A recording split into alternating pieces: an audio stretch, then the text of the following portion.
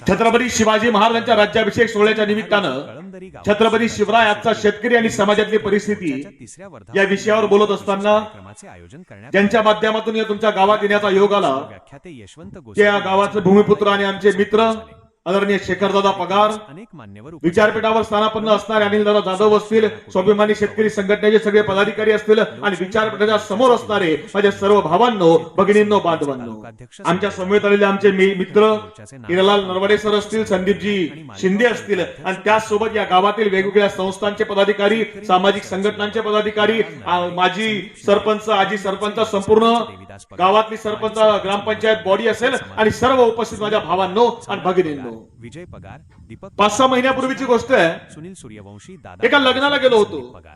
जवळचं लग्न होतं आणि आमच्याकडच्या लग्नाची परिस्थिती कार्यक्रमांसारखीच आहे. 6:30-7ची वेळ, पण लोक 8 पर्यंत येत नाहीत. बरीच मंडळी अजून बॉर्डरवर बसली असेल. लांबच्या लांबून बरं वाटतंय का जागेवर बसून ऐकायचं, पण जवळ जायचं नाही. पण अजून आमच्या लोकांना हे दादा समजलं नाही की शिवाजी महाराजांकरता गट नाही, पद्धत नाही, पक्ष नाही, महाराज सगळ्यांचे आहेत. हे ज्या दिवशी समजेल त्यावेळी बसायला जागा पुरणार नाही. पण दुर्दैवाची परिस्थिती आहे, आमच्या लोकांपर्यंत तो विचार अजून गेला नाही. लग्नाची परिस्थिती तशीच आहे. लग्नाला गेलो होतो, जवळचं लग्न आहे आणि 1:30 वाजला, 2 वाजले, 2:30 वाजले, लग्न काही लागायला तयार नाही.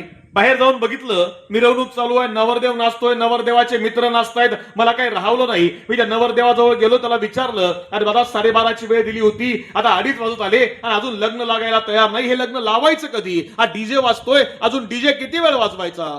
तो म्हटला, सर तुम्ही डीजेचं काय घेऊन बसलायत? एकदा का आपल्या पोरांना दारू चढली का आपली पोरं जनरेटरच्या आवाजावर सुद्धा नाचतात म्हटला.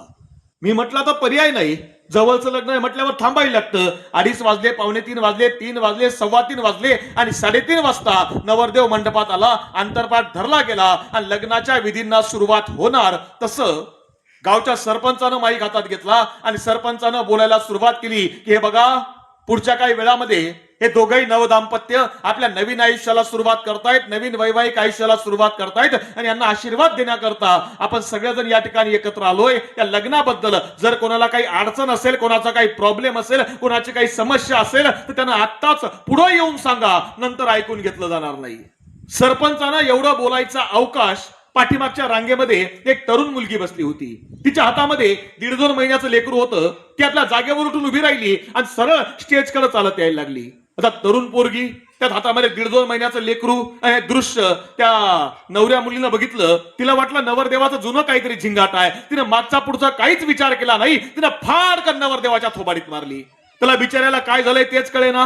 नवरीची आई तुळशीला पाणी घालत होती, तिने तांब्या तिथंच फेकला आणि बोटं मोडायला सुरुवात केली. नवरीचा बाप त्या सभा मंडपात फिरत होता, त्यानं वयाची गळचंडी पकडली. 2च मिनिटांमध्ये लग्नाच्या मंडपातलं सगळं वातावरण बदलून गेलं आणि तोपर्यंत हातामध्ये तानं लेकरू घेतलेली ती तरुण पोरगी स्टेज पर्यंत चालत आली होती. सरपंचानं घाबरत घाबरत विचारलं, ताई या लग्नाबद्दल तुझी अडचण काय आहे? या लग्नाबद्दल तुझा प्रॉब्लेम काय आहे? तुझी समस्या काय आहे? तिने सांगितलं, प्रॉब्लेम, अडचण, समस्या असं काहीच नाही म्हटला. काहीच नाही? मग तू पुढे कशाला आलीस? ती म्हटली, तुम्ही काय बोलत होते ते पाठीमागं ऐकायला येत नव्हतं म्हणून पुढे आली म्हटला. समाजातली परिस्थिती अशीच आहे. म्हणजे 2 मिनिटाकरता सुद्धा शेखरदादा एकमेकावर विश्वास उरला नाही. ही समाजामधली परिस्थिती आहे आणि ही केवळ तुमच्या गावापुरतीच नाही, ही प्रत्येक गावागावामध्ये परिस्थिती आहे. गावातल्या लोकांना, शेतकऱ्यांच्या पोरांना अजून हे समजलंच नाही आहे की आपल्याला लढायचं कोणाशी आहे, आपले हक्क काय आहेत, आपले अधिकार आहेत, आपल्याला उभं कोणाकरता राहायचं आहे. शेतकऱ्यांना समजलं नाही. म्हणजे कधीतरी एखाद्या शेतकरी संघटनेचा बिल्ला लावलेली माणसं दिसली की साहेब बरं वाटतं, नाही कोणतरी जिवंत आहे असं आमच्या डोळ्याला वाटतं. शेतकऱ्यांकरता बोला असं कोणी म्हटलं तर आम्हाला बरं वाटतं, कारण शेतकऱ्याची परिस्थिती अशी आहे की शेतकऱ्याच्या अडचणी आल्या का शेतकऱ्याला संघटना आठवतात, पण निवडणुका लागल्या का शेतकरी पक्षाकडे विभागला जातो. त्यावेळी शेतकरी एकत्र येत नाही. मग शेतकऱ्यांकरता बोलायचं कोणी सगळ्यात मोठा प्रश्न आहे. आज तुम्ही आम्ही शेतकऱ्यांची लेकरं आहेत. आमची पोरं कुठं आहेत? आई येते, बाप येत आहेत, पोरं कुठं आहेत? 15 दिवस झाले कोल्हापूरच्या बाजूला इचलकरंजी आहे. इचलकरंजीच्या जवळ कोरोची नावाचं गाव आहे. कोरोचीमध्ये व्याख्यानाला गेलो होतो आणि व्याख्यानाला गेल्यानंतर तिथं म्हटले की सर तुम्ही व्याख्यानाला आलायत, पण ज्या ठिकाणी तुम्ही व्याख्यान करणार आहात त्याच्या समोर एक घर आहे आणि त्या घरामध्ये सकाळी एक आत्महत्या झाली आहे. काही वेळापूर्वी अंत्यविधी झालाय. जर सांत्वन करायला त्या घरामध्ये गेलात तर बरं वाटेल. मी म्हटलं हरकत नाही, शेतकऱ्याचं घर आहे, जायला काय हरकत आहे. त्यांच्या घरी गेलो. 24 वर्ष वयाच्या पोरानं आत्महत्या केली होती. बापाचा मृत्यू झालेला, बापाचा फोटो, बापाच्या फोटोच्या खाली त्या पोराचा फोटो आणि त्या मुलाची विधवा आई, बाजूला 12वीत शिकणारी बहीण बसलेली. काय बोलावं कळत नाहीये. 24 वर्ष हे फुलायचं वय आहे, आयुष्यामध्ये मोठं व्हायचं वय आहे, आई करता काहीतरी करून दाखवायचं वय आहे, बाप नसताना त्या घरावर छत्र धरायचं वय आहे. आणि त्या वयामध्ये जर 24 वर्ष वयाचं पोरगं आत्महत्या करत असेल तर का आत्महत्या झाली मला कळत नव्हतं. मी घरामध्ये काय बोलावं कळत नव्हतं. बाहेर उठलो, ज्यांनी मला नेलं होतं त्यांना विचारलं की 24 वर्ष वयाचं पोरगं आत्महत्या करतंय, आत्महत्या का झाली. त्यांनी सांगितलं सर IPLच्या मॅचेस चालू आहेत आणि IPLच्या मॅचेस मध्ये Dream11 सारखे अनेक ऍप आहेत. त्या ऍप मध्ये शेतकऱ्यांची पोरं आता ऑनलाईन जुगार खेळायला लागली आहे. काय की आज कोण जिंकणार, कोण सिक्स मारणार, कोणाची होर चांगली जाणार, कोणती टीम जिंकणार आणि त्यावर पैसे लावायचे. आणि या ऍप वरती हे पोरगं जुगार खेळत होतं. पहिल्या दिवशी 2000 जिंकला, दुसऱ्या दिवशी 3000 जिंकला आणि मग असं वाटलं की नाही आपण जिंकू शकतो. 1.5 लाख रुपये हे पोरगं एके दिवशी मॅच मध्ये हारलं. आणि ते 1.5 लाख रुपये आणायचे कुठून? मोबाईल विकून टाकला, घरातल्या वस्तू विकून टाकल्या. आणि आता उत्तर काय द्यायचं, उत्तर सापडत नाही म्हटल्यावर घरात कोणी नाही म्हणून त्या पोरानं त्या पंख्याला दोर बांधून आत्महत्या करून घेतली. प्रश्न असा आहे की मुलाकडे मोबाईल आहे, आईला माहिती आहे, मुलीकडे मोबाईल आहे, बापाला माहिती आहे, पण त्यांच्या मोबाईल मध्ये काय आहे हे फक्त आईला आणि बापाला माहित नाही, हे फक्त पोरांनाच माहिती आहे. मग आमच्या पोरांना योग्य मार्गावर आणायचं असेल तर विचार द्यायचा कोणी? बाप शेतामध्ये राब राबतोय आणि पोरं IPLच्या मॅचेचा आनंद घेतायत. बाप कांदा भाव मिळत नाही म्हणून बाप रडतोय आणि पोरगा कोण मॅच जिंकणार हा विचार करताय. आणि मग आमची पोरं आहेत कुठं? आमच्या पोरांकरता बोलायचं कुणी? आम्हाला विचार करावा लागेल ना. त्याकरता कार्यक्रम आहेत, त्याकरता शिवाजी महाराजांचा विचार आहे, त्याकरता महात्मा फुले बाबासाहेब आंबेडकरांचा विचार आहे. आणि हो विचार समजून घ्यायचा असेल तर आम्हाला आमच्या पोरांना कार्यक्रमाला आणावं लागेल. तुम्ही गावात तुमच्या जातीची घरं कोणती आहेत, धर्माची घरं कोणती आहेत हा विषय लांब आहे, पण आपण सगळे जे जिवंत आहोत ना हे छत्रपती शिवाजी महाराजांमुळे आहोत. ही भावना एकदा गावात रुजायला हवी तर विचार समजणार आहेत. कोण होता हा राजा, काय दिले या राजानं, का नाव घ्यायचं शिवाजी महाराजांचं. आणि जगाच्या इतिहासामध्ये मागच्या 400 वर्षामध्ये अनेक राजे झाले, बादशाह झाले, सम्राट झाले, पण जगाच्या इतिहासामध्ये मागच्या 400 वर्षामध्ये केवळ एकच राजा आहे की ज्या राजाचं नाव ऐकलं त्या आजही अंगावर सरकन काटा येतो. जगाच्या इतिहासामध्ये मागच्या 400 वर्षामध्ये केवळ एकच राजा आहे की ज्या राजाचा जय जयकार केला तर अंगामधलं रक्त सळसळून वाहायला लागतं. जगाच्या इतिहासामध्ये मागच्या 400 वर्षामध्ये केवळ एकच राजा आहे की 400 वर्षानंतर सुद्धा त्या राजाची जयंती आणि राज्याभिषेक गावागावात साजरा होतो. असा एकच राजा आहे आणि तो राजा म्हणजे छत्रपती शिवाजी महाराज. आणि तो राजा आमचा आहे, आमच्या मातीतला आहे. मग कोण शिवाजी महाराज, काय दिलं होतं शिवाजी महाराजांनी? 400 वर्षापूर्वीचा काळ महाराष्ट्रामध्ये गावगाडा पद्धत असायची आणि गावामध्ये बादशाहनं सारा वसुली करता अधिकारी नेमलेले असायचे. हे इथल्या शेतकऱ्यांना लुटायचे, कष्टकऱ्यांना छळायचे, पिडायचे, नारायचे, पैसा गोळा करायचे, काही बादशाला पाठवायचे, काही खिशात घालायचे. जगणं चालू होतं. शेतकरी कष्टात जगत होता, कष्टकरी कामकरी दुःखानं मरत होता. आणि त्या शेतकऱ्याचं कष्टकऱ्याचं दुःखात जगणं एका आईला सहन होत नव्हतं. त्या आईचं नाव होतं जिजाऊ. या जिजाऊ कोण तर सिंदखेडच्या लखुजीराव जाधवांची कन्या. लखुजीरावांना मुलं 4, दत्ताजी, रघुजी, अचरोजी, बहादूरजी. आणि या 4ही मुलांच्या पाठीवर एक मुलगी जन्माला आली आहे ज्या मुलीचं नाव ठेवलंय जिजाऊ. आणि जिजाऊ जाधवांच्या घरामध्ये वाढतीये, लहानाची मोठी होतीये. आणि बघता बघता मुलगी उपवर झाली, बापाची चिंता वाढली आणि लग्न जुळवलं. कुठलं? वेरूळच्या पराक्रमी बहादूर भोसले घराण्यामधल्या शहाजी महाराजांची. आणि लग्न झालं आणि आपल्या पोटामध्ये गर्भ घेऊन जिजाऊ शिवनेरीची वाट चालतायत. पण शिवनेरीच्या रोखाने येताना जिजाऊ विचार करतायत की माझ्या पोटामध्ये जे पोर आहे ते पोरगा पोटामध्ये असताना काय झालं. अरे घरादाराचा थारा उडाला, कुणाला कशाचा मेळ राहिला नाही. जहागिरीवरून गाढवाचा नांगर फिरला, आजोबा लखुजी जाधवराव यांचा खून झाला. अरे मोठा पोरगा संभाजी, त्याची सुद्धा सुटका नाही. मुलखात चौमेर दुष्काळ, जनावरांना खायला चारा नाही, माणसाला खायला धान्य नाही. बापाची नजर पोराच्या मांसावर जातीये. हे पोरगा पोटामध्ये असताना या तरा हे पोरगा जन्माला आल्यावर बघणार काय विचार करताय जिजाऊ. आणि विचार करता करता या मातीतला तो दिवस उगवला. तारीख आहे 19 फेब्रुवारी 1630. शिवनेरीवर जिजाऊंच्या पोटी एक पुत्र जन्माला आला ज्या मुलाचं नाव ठेवलं गेलं शिवाजी. आणि महाराष्ट्रात शिवाजी राजे जन्माला आले. आणि शिवाजी नावाचा हा पोर शिवनेरीवर वाढायला लागला. मासाहेब मासाहेब मासाहेब आबासाहेब म्हणत बाल शिवबा शिवनेरीवर लहानाचा मोठा होतोय. इथल्या शेतकऱ्यांच्या पोरांमध्ये शिवाजी महाराज खेळायला जायचे, आदिवासींच्या पोरांमध्ये लेझिम दांडपट्टा खेळायचे, शेतकऱ्यासोबत बांधावर बसून कांदा भाकर खायचे. या शेतकऱ्यांना मोठं विशेष वाटायचं, राजाचा पोरगा आहे, आपल्यासोबत येतो, राहतो, खेळतो, नाचतो, बागडतो ना, हाच आपला राजा. आणि शेतकऱ्यांची पोरं शिवाजी महाराजांकडे आकर्षिली जायची आणि एक एक सवंगडी शिवाजी महाराजांसोबत यायला सुरुवात झाली. मी जर का तुम्हाला विचारलं की शिवाजी महाराजांचे मित्र कोण होते, तर आमची पोरं आम्ही नावं सांगणार आहे. तानाजी आहे, बाजी आहे, येसाजी आहे, मुरारबाजी आहे, चिमणाजी आहे, बाळाजी आहे. हे शिवाजी महाराजांचे मित्र नाही. हे शिवाजी महाराजांचे मित्र नाहीत. हे शिवाजी महाराजांच्या आई मासाहेब जिजाऊ यांनी जोडून दिलेले मित्र आहेत. का? कारण जिजाऊंना माहिती आहे की आपल्या मुलाचे मित्र कोण आहेत यावर आपल्या मुलाचं भविष्य अवलंबून असतं. आपल्या मुलाचे मित्र चांगले असतील तर आपला मुलगा चांगल्या वळणावर चालणार. आपल्या मुलाचे मित्रांनी वाईट व्यसनी असतील तर आपला मुलगा त्या वळणावर चालणार. साधं सोपं तत्वज्ञान आहे, साधं सोपं. म्हणजे आपल्या मुलाचे मित्र जर व्यायामाला घेऊन जाणारे असतील तर मुलगा व्यायामाला जाणार. आपल्या मुलाचे मित्र जर बारमध्ये घेऊन जाणारे असतील तर पोरगा दारू प्यायला जाणार. साधं सोपं आहे. आणि म्हणून जिजाऊंना माहिती आहे की मित्र चांगले जोडून दिले पाहिजेत. आणि म्हणून एक माणूस जो आहे हा जिजाऊंनी जोडून दिला. कसा जोडला असेल? जावळीच्या खोऱ्यामध्ये उमरठे नावाचं गाव आहे. सायंकाळची वेळ आहे आणि गावामध्ये दवंडी देणारा आलाय आणि दवंडी देणारा आवाज देतोय, ऐका हो ऐका, पुण्यामधून लाल महालामधून मासाहेब जिजाऊ आणि बाल शिवबाराजे इको वाढवलाय का रे?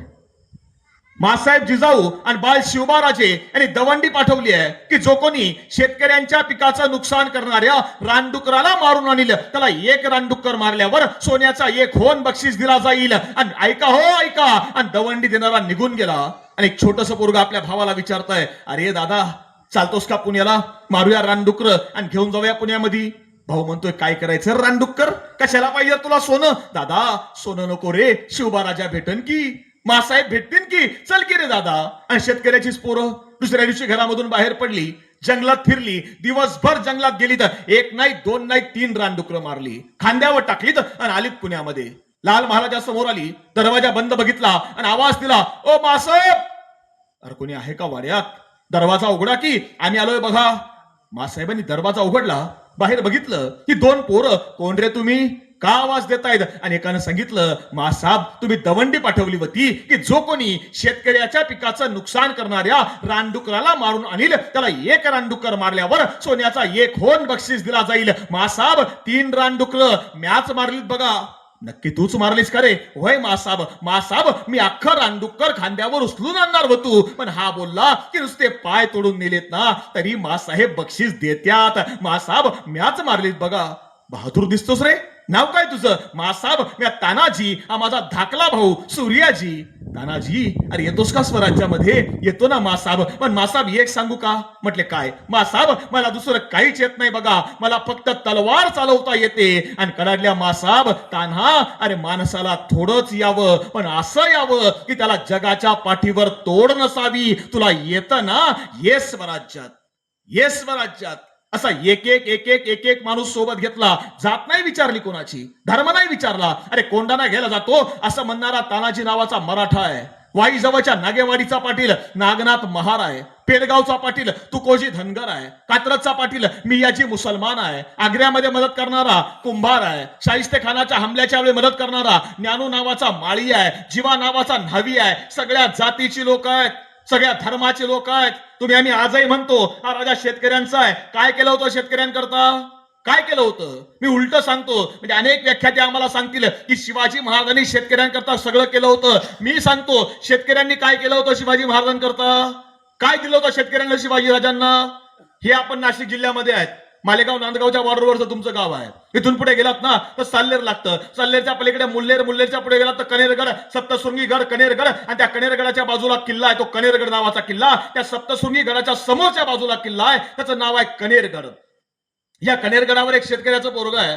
त्या पोराचं नाव आहे रामजी पांगेरा. आणि शेतकऱ्याचं तर्णबाण पोरग कोल्हापूर भागामधलं आहे आणि या कनेरगडावर किल्लेदार म्हणून काम करत आहे.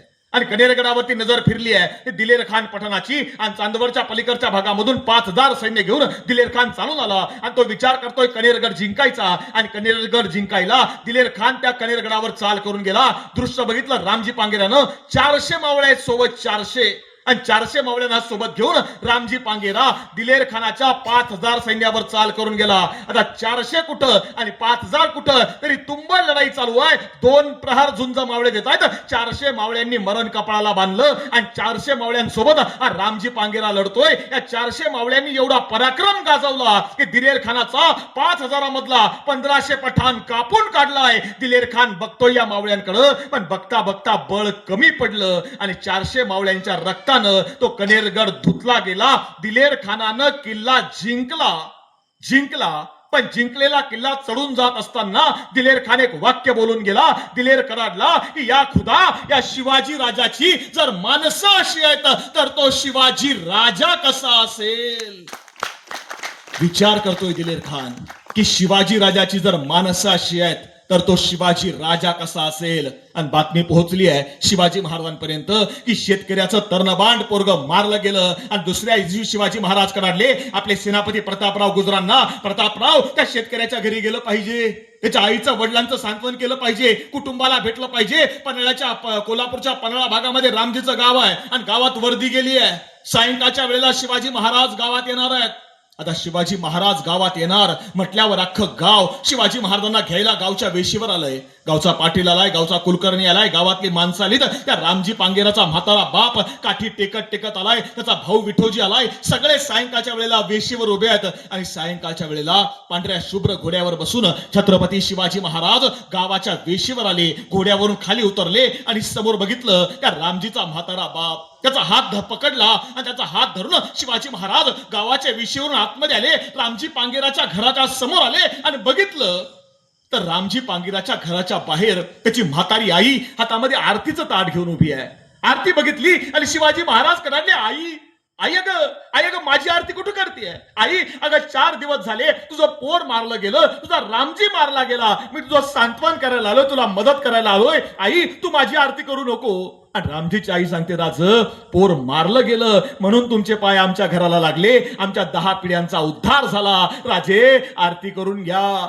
त्या रामजी पांगेराची म्हातारी आई शिवाजी महाराजांची आरती ओवाळते. आरती ओवाळली गेली. शिवाजी महाराज आतमध्ये आले. जमिनीवर घोंगडी अंतरली होती. औरंगजेबाचा दरबार उभं राहायला योग्य जागा मिळाली नाही म्हणून लाथाडणारे शिवाजी महाराज, रायगडावर 32 मन सोन्याच्या सिंहासनावर बसणारे शिवाजी महाराज शेतकऱ्याच्या घरामध्ये खाली बसतायत, जमिनीवर घोंगडीवर. आणि शिवाजी महाराज त्या रामजीच्या बापाकडे बघितलं आणि त्या रामजीच्या बापाकडे बघितल्यावर शिवाजी महाराजांनी सेनापती प्रतापराव गुजरांना आवाज दिला. प्रतापराव गुजर पैशांचं ताट घेऊन समोर आले.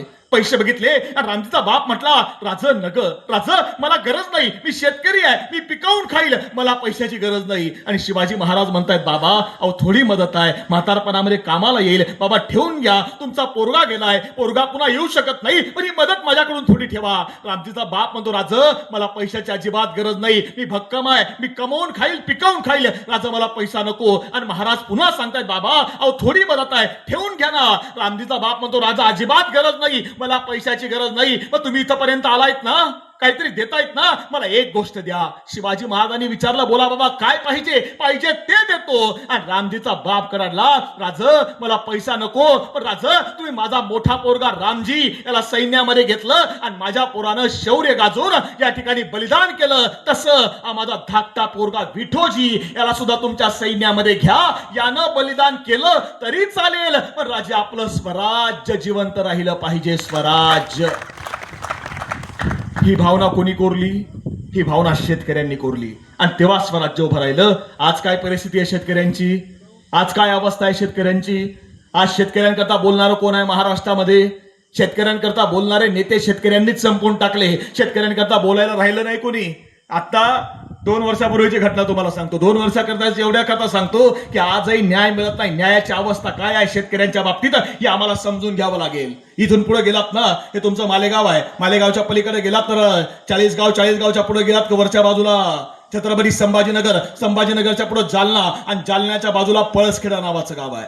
पळसखेडामध्ये आप्पासाहेब जाधव नावाचा शेतकरी आहे. आप्पासाहेब जाधवाला 3 मुलं आहेत. मोठ्या मुलाचं नाव आहे राजाराम, मधला मोहन आणि सगळ्यात धाकटा रामेश्वर. आणि मग दोघं मोठी भावंड एकत्र आहेत. दोघं मोठी भावंड शेती करतायत. म्हाताऱ्याचं वय आहे 80 वर्ष आणि सगळ्यात शेवटचा जो रामेश्वर आहे हा छत्रपती संभाजीनगरला इंजिनिअरिंगचं शिक्षण घेतोय. आणि दिवाळीचा काळ आहे. दिवाळीच्या काळामध्ये सुट्ट्या लागल्यात. लहाना भाऊ घरी आलाय. तिघही भावंड घरामध्ये आहेत आणि घरामध्ये असताना शेतामध्ये गहू पेरलाय आणि गहू पेरल्यावर रात्री गावाला पाणी द्यायचंय. तर दिवसा लाईट नाही का? दिवसा लाईट आमच्या शेतकऱ्यांच्या वाटेला नाही, रात्रीची उरलेली लाईट आहे ती शेतकऱ्यांच्या वाटेला येते. म्हणून रात्री 12 वाजता लाईट येणार आहे. म्हणून मोठा भाऊ आणि मधला भाऊ दोघंही शेतामध्ये जायला निघाले. तिचा धाकटा म्हणतो, दादा तुम्ही दोघं जण शेतामध्ये जात आहेत ना, मग मी काय करू घरी एकटा, मी येतो की तुमच्या सोबत? तो म्हटलं चल. आणि तिघही भावंड शेतामध्ये यायला निघाले आणि रात्री 12 वाजता लाईट येणार आहे. दोघही भावंड लांब बांधावर बसलेलं आणि सगळ्यात मोठा भाऊ जो आहे तो विहिरीच्या बाजूला एमएससीबीचा पोल आहे, त्या पोलला बटन आहे, ते बटन चालू करता गेला. पण एमएससीबीच्या खराब कारभारामुळं त्या संपूर्ण पोलला करंट उतरला होता. त्याच्या लक्षात आलंच नाही. त्यानं बटन चालू करता हात लावला आणि बटन चालू करता हात दाबता क्षणी विजेच्या प्रचंड धक्क्यानं तो भाऊ विहिरीत फेकला गेला. तोच करंट विहिरीतल्या संपूर्ण पाण्यामध्ये उतरला होता, समजलाच नाही. आणि विहिरीमध्ये पडताना तो जोरात ओरडला. दोघही भावंड लांब बसली होती. त्यांना वाटलं आपल्या भावाचा पाय घसरलाय आणि भाऊ विहिरीत पडला. रात्रीच्या वेळेला दोघही धावत आले, चपला काढून ठेवल्या आणि भावाला वाचवण्याकरता विहिरीमध्ये उड्या मारल्या. पण संपूर्ण विहिरीमध्ये करंट उतरला होता, कोणालाही पोहता आलं नाही. तिघही भावंड जागीच गतप्राण झाली. सकाळ झाली, पहाट झाली, 4 वाजले, लाईट गेली आहे. पण आपली पोरं घरी का आली नाहीत? बाप उठलाय, म्हातारा आप्पासाहेब दादा उठलाय. आणि एक गोष्ट लक्षात ठेवा, आमच्या बापाचं वय किती झालं असलं ना, जोपर्यंत पोरगा घरी येत नाही तोपर्यंत बापाच्या डोळ्याला डोळा लागत नाही. हा म्हातारा आप्पासाहेब दादा उठलाय, बॅटरी काढली, पायात चप्पल घातली आणि पोरांना बघाय करता शेतामध्ये यायला निघाला. शेतामध्ये बघायला सुरुवात केली आहे. शेतापर्यंत आला, बॅटरी मारायला सुरुवात केली आणि बघितलं तर शेतामध्ये गावाला पाणी दिलेलं नाहीये.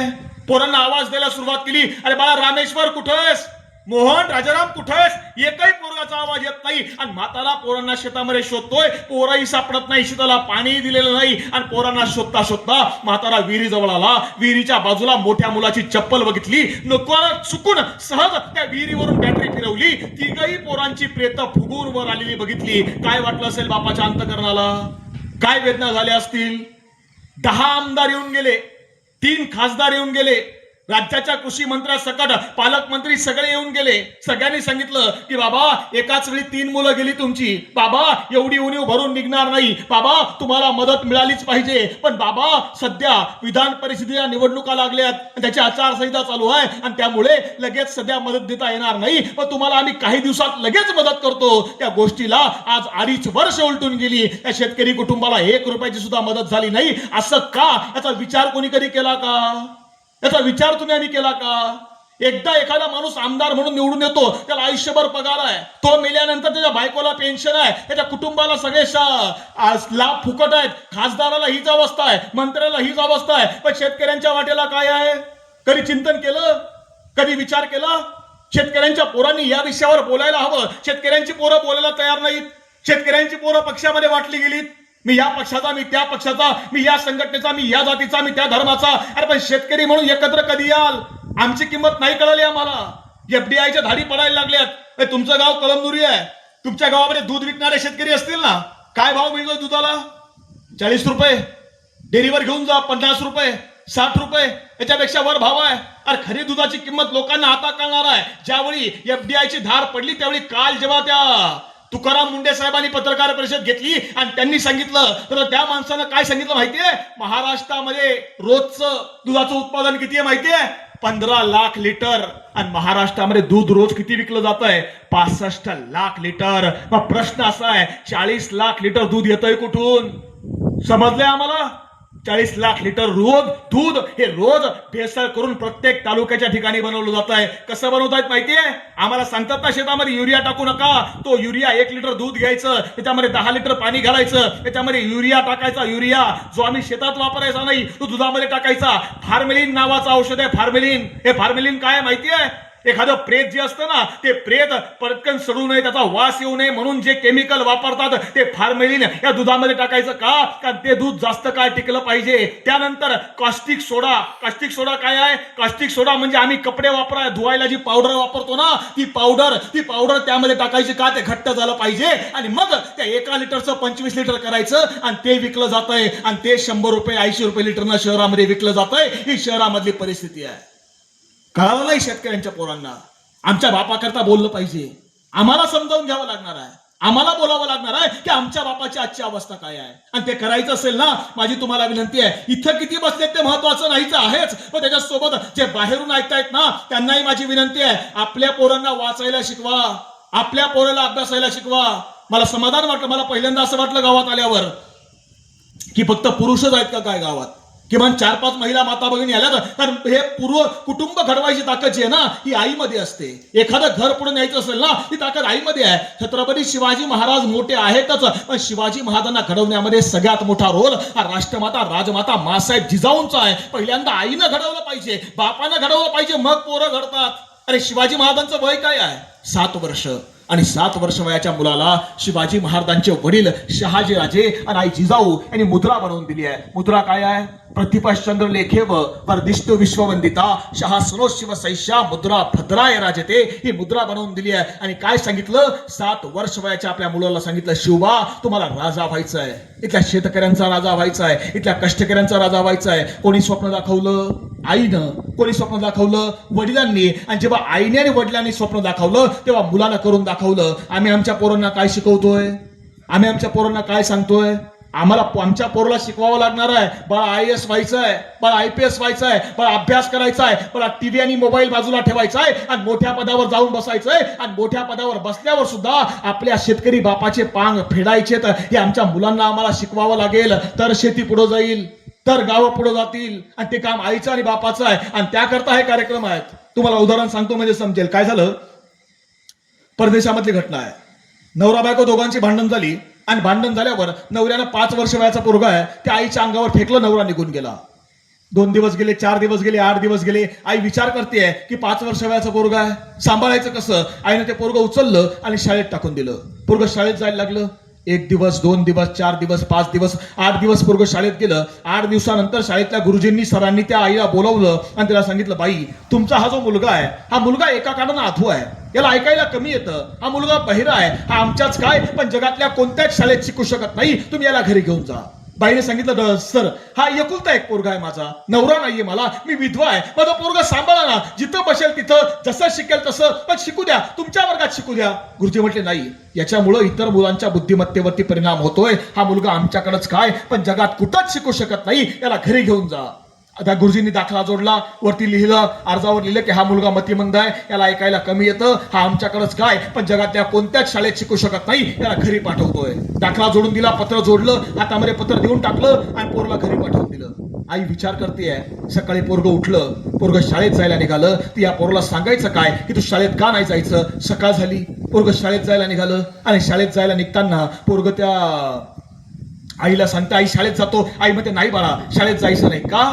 आई सांगते, बाळा तुझ्या शाळेतल्या सरांनी, तुझ्या गुरूंनी असं सांगितलंय की तू इतर मुलांपेक्षा इतका जास्त हुशार आहेस की तुझ्या हुशारीमुळं इतर मुलांची बुद्धिमत्ता दाबली जाते आहे आणि त्यामुळे तू शाळेत जायचं नाही. मग आईने शाळेत जायचं नाही तर शिकायचं कुठं? आई म्हटली, बाळा आजपासून तुला घरामध्ये मीच शिकवणार आहे, तू घरात शिकायचं. पोराला पटलं. आई सांगते म्हटल्यावर काय हरकत आहे? आणि आईनं त्या पोराला घरामध्ये शिकवायला सुरुवात केली आहे. 1 नाही, 2 नाही, 3 नाही, 22 वर्ष आई त्या पोराला घरामध्ये शिकवते. आणि घरामध्ये शिकवल्यावर आईनं त्या पोराला एवढा मोठा केला, एवढा मोठा केला, एवढा मोठा केला की त्या पोरानं, तुम्ही आम्ही ही जी लाईट वापरतो ना, या लाईटचा शोध लावला. त्या पोराचं नाव होतं थॉमस एडिसन. Thomas Edison. आणि फक्त लाईटचा शोध लावून हा पोरगा थांबला नाही, तर आज रोजी 3223 पेटंट हे या पोराच्या नावावरती आहेत. आणि दुर्दैवानं काही काळानंतर त्याच्या आईचं निधन झालं. त्याच्या आईचा मृत्यू झाला आणि त्याने विचार केला की आईचं निधन झालंय ना, आईचा मृत्यू झालाय, मग आईचे जुने कपडे घरामध्ये आहेत, हे कपडे घरामध्ये ठेवून काय करायचं? हे कपडे कोणाला देऊन टाकू ना. आणि त्यानं आईचं कपाट उघडलं आणि आईचं कपाट उघडल्यानंतर घरामधले कपडे बाहेर काढायला सुरुवात केली आहे. आईचे कपडे बाहेर काढ, वस्तू बाहेर काढ. त्या सगळ्या वस्तू, कपडे बाहेर काढता काढता अचानक त्या गुरुजींनी लिहिलेलं पत्र त्याला सापडलं. त्यानं ते पत्र उचललं आणि विचार केला की पत्रात काय लिहिलं होतं ते वाचून तर बघूया. त्यानं पत्र उघडलं, वाचायला सुरुवात केली आणि पत्रामध्ये लिहिलं होतं, तुमचा हा जो मुलगा आहे हा मुलगा एका कानानं अधू आहे, याला ऐकायला कमी येतं, हा मुलगा बहिरा आहे, हा आमच्याच काय पण जगातल्या कोणत्याच शाळेत शिकू शकत नाही, याला घरी घेऊन जा. त्यानं पत्र वाचलं आणि पत्र वाचता वाचता तो ढसा ढसा रडतोय. आणि रडता रडता त्याच्या तोंडामधून वाक्य बाहेर पडलंय की जगानं मतिमंद ठरवलेल्या पोराला जागतिक कीर्तीचा शास्त्रज्ञ बनवायची ताकद ही एका आईमध्ये असते. आम्हाला पहिल्यांदा आई घडवायला लागेल. आम्हाला पहिल्यांदा बाप घडवायला लागेल आणि ते घडवायचं काम आईचं आहे, ते घडवायचं काम बापाचं आहे. आम्हाला शिकवावं लागेल आमच्या पोरांना. इथं आई बसलीये, बाप बसलीये, पोरं कुठं आहेत? आमच्या पोरांना आणावं लागेल. शिवाजी महाराज काय आहेत समजून सांगावं लागेल का तुम्ही मी शेतकऱ्याची लेकरं आहेत. एक गोष्ट लक्षात ठेवा, जे पेराल ते उगवणार आहे. चांगलं पेरलं चांगलं उगवतं, वाईट पेरलं वाईट उगवतं. आज शेखरदादाच्या माध्यमातून गावामध्ये शिवाजी महाराजांचा विचार पेरला जातोय, सगळ्यांना सोबत घेऊन जायचा विचार पेरला जातोय. या गावामध्ये जो गरजू आहे त्या गरजू असणाऱ्या माणसाला मदत